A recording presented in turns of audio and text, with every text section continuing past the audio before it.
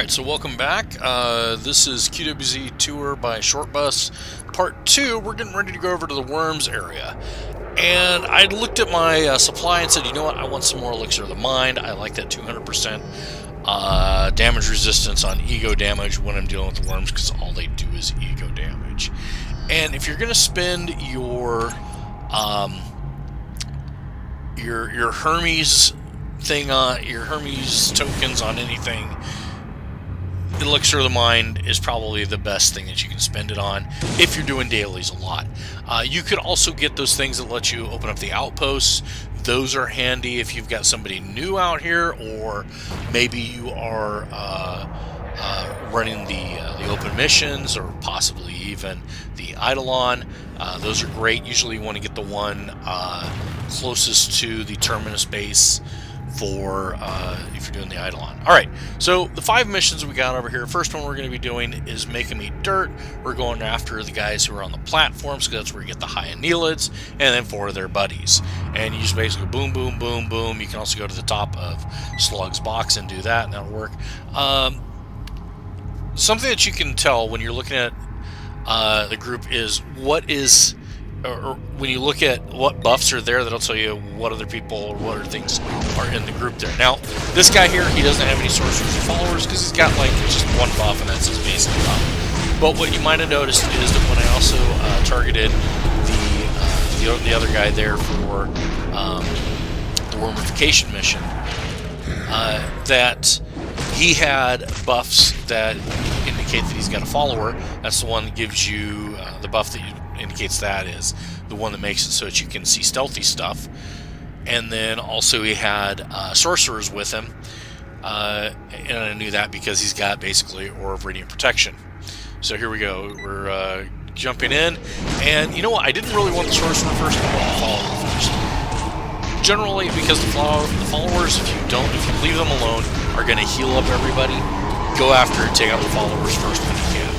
Then go after the sorcerers, because you're going to need the AORB. So they're protecting everybody, they're putting out those force fields.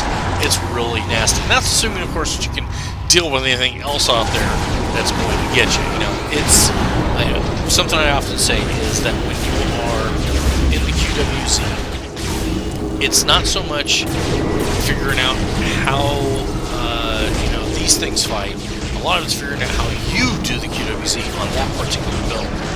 Now, obviously, if you got a stealth character, you go around and you play ninja, and you can do things that are a lot different. Here we're just going with a very offensive. I'm going to punch things, and I like actually punching these things. One, if I've got other people with me, it gets aggro on the mind worms there. But two, if you defeat them, hey, it's more money for you. So what the hell? You know, why don't you do that? We kicked him! Yay! And we're going to go beat him up some more. Now, I don't know if that interrupt actually helped anything, but knocking him around and stuff seems to. And boom! Oh, uppercut just in the end. And then, of course, what you would do for this mission here is you would go up and click on that thing, and that little phone booth thing would open, and a person would come out, and maybe they would change into a worm, or maybe they'd teleport off. Who knows? Okay, so if you can see him on the ground, there's a little until guy, and he's asking for help and assistance. This is for No One Left Behind. So we're jumping in, boom, and again, we're starting off with the follower. Take him down real fast. Sometimes they heal themselves, so you just gotta heal them until they're tired of healing themselves. We don't have any sorcerers, but we got some mind worms here. We got these other guys, and just gonna beat up on them. Now, something that you could do while you're doing this mission is you could like take everything away from where the until guy is.